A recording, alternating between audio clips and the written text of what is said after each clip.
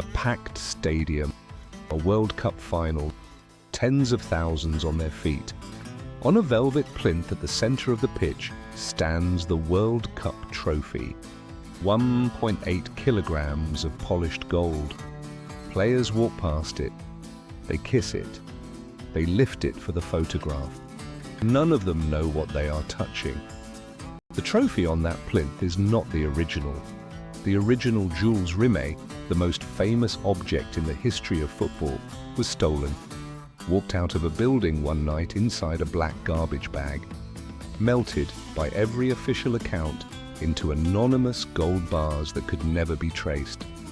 What every champion lifts today is a replica, blessed by a pope, placed back in the cabinet before anyone could ask too many questions about where the real one had gone. The genuine Jules Rimet has not been seen since the night two men walked into a Federation building in Rio de Janeiro carrying a crowbar, a kitchen knife, and a roll of black tape. The display case had 2 centimeters of bulletproof glass on the front. The back was a sheet of plywood nailed to the wall. So how does the most famous trophy in sport disappear in a single night? With 1 tied-up guard, 0 witnesses, and not a single fragment ever recovered. Go back to the one wall the bulletproof glass forgot to cover, and the bank clerk who noticed it first. His name was Sergio Pereira Ayres. Inside Rio's criminal underworld, he was known as Sergio Peralta. By day, he worked as a junior clerk at a small Banco do Brasil branch in central Rio. He earned roughly the equivalent of $200 US a month. He lived in a rented 2-room apartment with his mother and a stray cat. By night, twice a week, he worked a second job, freelance auditor for the Brazilian Football Confederation. His task was to reconcile the Federation's expense receipts after office hours. He held his own key. He had unsupervised access to every floor of the building. Peralta was, in 1983, a 42-year-old man with debts, a passion for football, and an auditor's eye for detail. That eye was about to cost Brazil the only trophy it would ever own forever. A colleague at the bank quoted in O Estado de São Paulo in 1985, Sergio was the quietest man on the floor. He counted every coin 3 times. He never raised his voice. He never made a mistake. For 2 years, Peralta had walked past the Jules Rimet trophy on the 9th floor of the CBF building. At some point, he stopped looking at the trophy. He started looking at the cabinet. To understand what Peralta had spotted, you need to understand what was actually inside that cabinet, and why Brazil had built the wrong wall around it. The Jules Rimet trophy was designed in 1929 by French sculptor Abel Lafleur. A statuette of the goddess of victory, Nike, holding an octagonal cup above her head. Height, 35 centimeters. Body, 1.8 kilograms of solid 18-karat gold. Base, a column of semi-precious lapis lazuli. Total weight, including the base, 3.8 kilograms. It was the prize of every FIFA World Cup from 1930 to 1970. In 1938, an Italian football official named Ottorino Barassi hid the trophy under his bed in Rome for the entire duration of the Second World War. The Nazis wanted to melt it. He kept it in a shoebox, labeled Old Socks. In 1966, it was stolen in London and recovered 7 days later by a black and white dog named Pickles, sniffing under a hedge in South Norwood. Then came 1970. Mexico, the final. Brazil 4, Italy 1, Pelé's 3rd World Cup. Under a rule personally written by Jules Rimet himself in 1930, any nation that wins the trophy 3 times keeps it permanently. Brazil took the cup home. For 13 years, the Jules Rimet stood on the 9th floor of CBF headquarters at 70 Rua da Alfândega, in the center of Rio de Janeiro. The display case had been built by a carpenter from the neighborhood of Tijuca. 2 centimeters of imported bulletproof glass on the front. Decorative oak panels on the sides. The back, facing the wall, was a 4mm sheet of plywood, the kind sold in any Rio hardware shop for cabinets and wardrobes. The country, with the most famous football trophy on earth, had been guarding the front of a wooden box. And the one man with a key to that building was a quiet bank clerk who had been studying the back of that box for 2 years. Peralta noticed the wood by accident. One night in February 1982, during a routine office reshuffle, he was asked to help 2 CBF maintenance workers move the display case 4 inches away from the wall to repaint the corridor behind it. For 90 seconds, the back of the cabinet was fully visible. 3 small screws, a single sheet of plywood, the thickness of a school folder. Peralta helped with the repainting. He went home. He told no one. From his 1984 police interrogation transcript, in every newspaper, in every photograph, the cup was protected by the strongest glass in Brazil. But the strongest glass in Brazil was glued to 4mm of furniture wood. I could not stop thinking about it. Brazil had built a bank vault. They had welded a steel door 2 centimeters thick on the side every visitor saw. They had closed off the other side with a piece of cardboard from a moving box. For 11 months, Peralta did not act.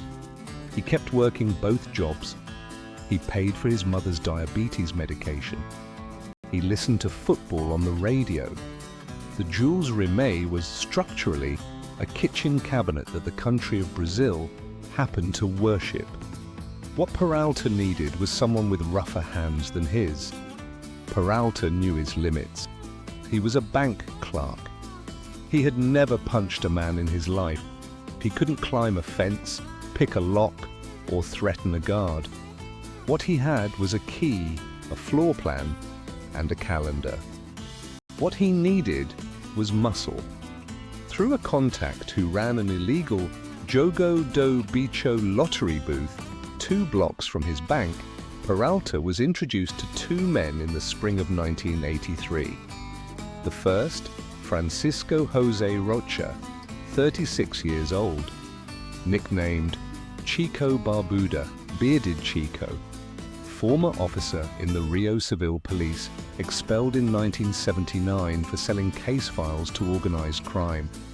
He carried a Browning high-power 3 forged identity cards and a permanent grudge against every institution that had ever employed him. The second, Jose Luis Vieira da Silva, 28 years old, nicknamed Luis Benguela, Toothless Luis, burglar from the favela of Madureira, could open a commercial padlock in 12 seconds, had never been caught for a property crime, only for fighting in bars. Peralta showed them a hand-drawn floor plan of the 9th floor of CBF. He drew the cabinet. He drew the plywood. He drew the back stairwell. Chico Barbuda, in a later prison interview with the Jornal do Brasil, he explained it like he was explaining a tax form. No emotion. No, we'll be famous. Just here is the wall, here is the wood, here is the door. The split was agreed. Peralta, 40%. The 2 thieves, 45% between them. The remaining 15% reserved for a goldsmith.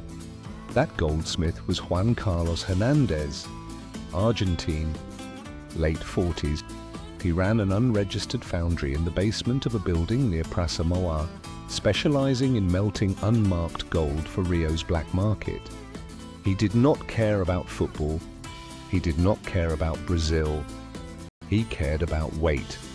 The team had 3 layers: the insider, the thieves, the furnace. None of them needed to break a single window, fire a single shot, or trip a single alarm. All they needed was one quiet Monday night, December 19th, 1983. Sunday night into Monday morning, 70 Rua da Alfândega. The CBF headquarters had a single night guard, Jorge Bandera, 51 years old, 26 years with the Federation, 3 children. He owned a small fishing tackle shop 2 doors down from the building. At 11:35 p.m., Peralta unlocked the rear service entrance with his auditor's key, let Chico and Luis inside, and walked away. He took a taxi to his sister's apartment in Ipanema.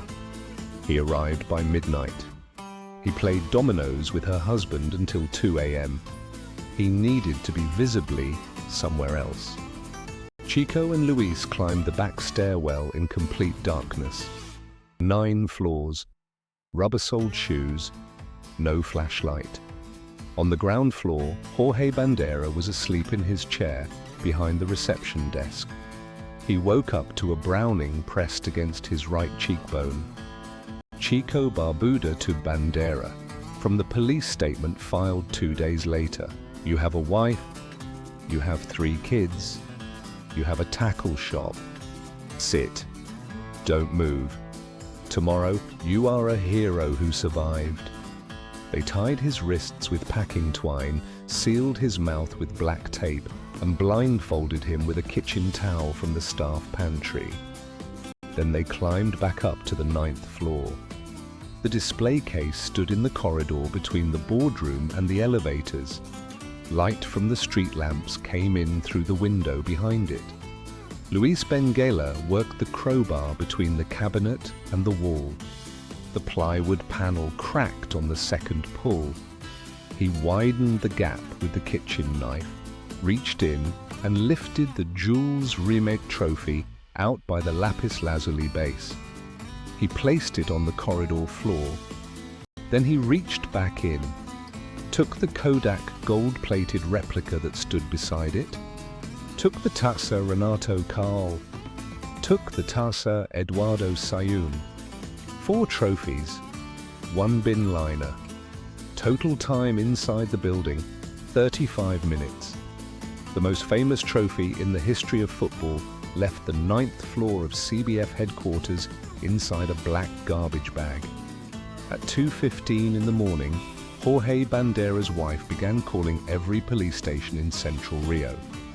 By Tuesday morning, the cleaning crew arrived to find the plywood panel on the floor and the display case empty. By 10 a.m., it was on every radio station in Brazil. By noon, the front gate of CBF was surrounded by reporters and weeping fans. By 6 p.m., the empty cabinet was being broadcast on every national television network.